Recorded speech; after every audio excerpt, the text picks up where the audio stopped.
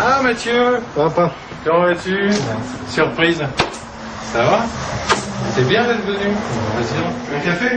Ouais, bah vas-y. Ouais. Ce que tu veux, ton défaut. Ouais, je vais faire un petit café, ouais.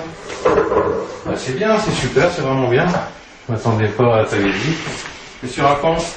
Bah rien. C'est calme à Condé? Ouais, bah comme d'hab. Hein. Ouais. Ouais, oui. Chicorée? Ouais, ce que tu veux, n'importe. T'as des nouvelles de ta sœur sinon? Ouais, bah elle est avec Lilia, elle est à la maison, hein, elle est chez moi. Bah ça va, ouais. Ouais, donc tu me disais, combien de Ramadan? Là, ça va faire aller 10 ou 11, c'est le 10e ou le 11e que je vais faire.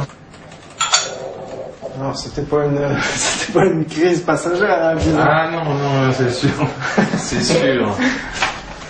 Ouais. C'est sûr. Merci. Voilà.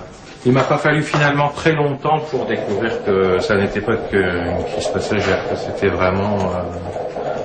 c'était ça, quoi. Il avait ça en lui, quoi. Voilà.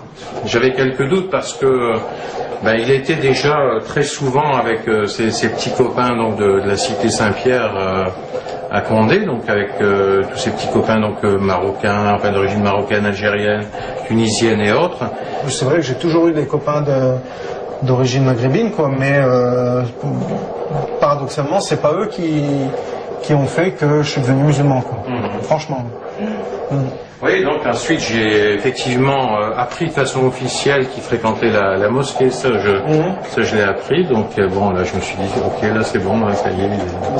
Mais bon c'est sûr qu'au début ça secoue, quoi, ça interpelle, c'est le moins qu'on puisse dire. Mais après il faut rapidement essayer de comprendre, parce que si on n'essaie pas de comprendre, on va camper chacun sur ses positions et on va... Moi, je risquais de les perdre tous les deux, hein, puisque... parce que ma petite sœur... Après, sa sœur a suivi forcément le même chemin.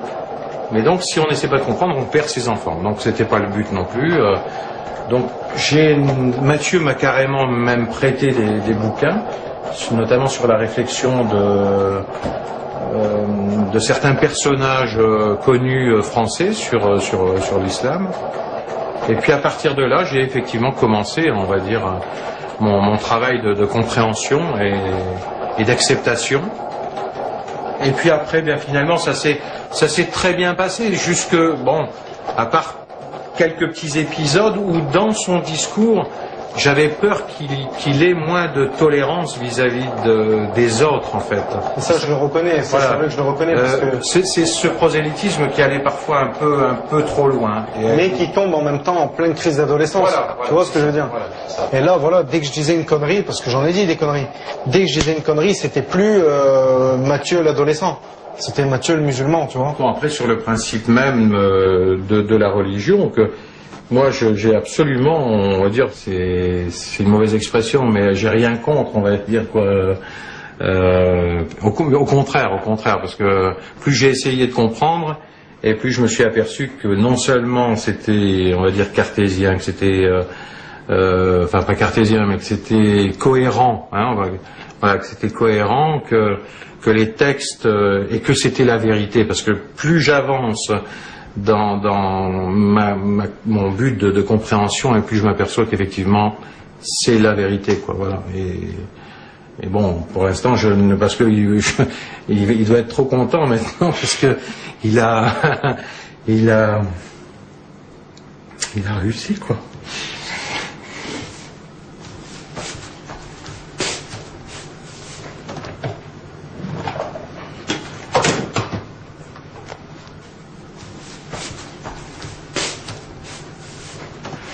C'est à la lecture des textes, ça reflète certainement ce que j'aurais dû chercher peut-être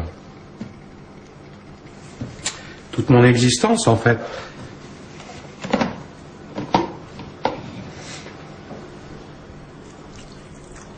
Surtout que je connais son travail dans le milieu dans lequel il évolue, dans un milieu parfois difficile où il y a des jeunes qui sont désœuvrés, qui sont en quête de vérité, de recherche spirituelle, et il a désamorcé parfois des situations plus que ubuesques, plus que difficiles, grâce à la religion, et ça c'est formidable, quoi. Voilà. Donc là il n'y a rien à dire, quoi. C'est du respect, hein. Moi il m'a fallu attendre 53 ans pour...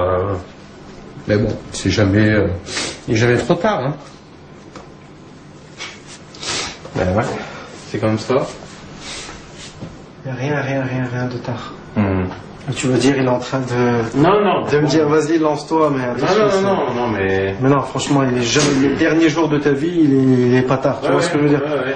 Tu aurais 100 ans et tu te dis, voilà, c'est maintenant. C'est maintenant, tu vois. Il n'est jamais tard.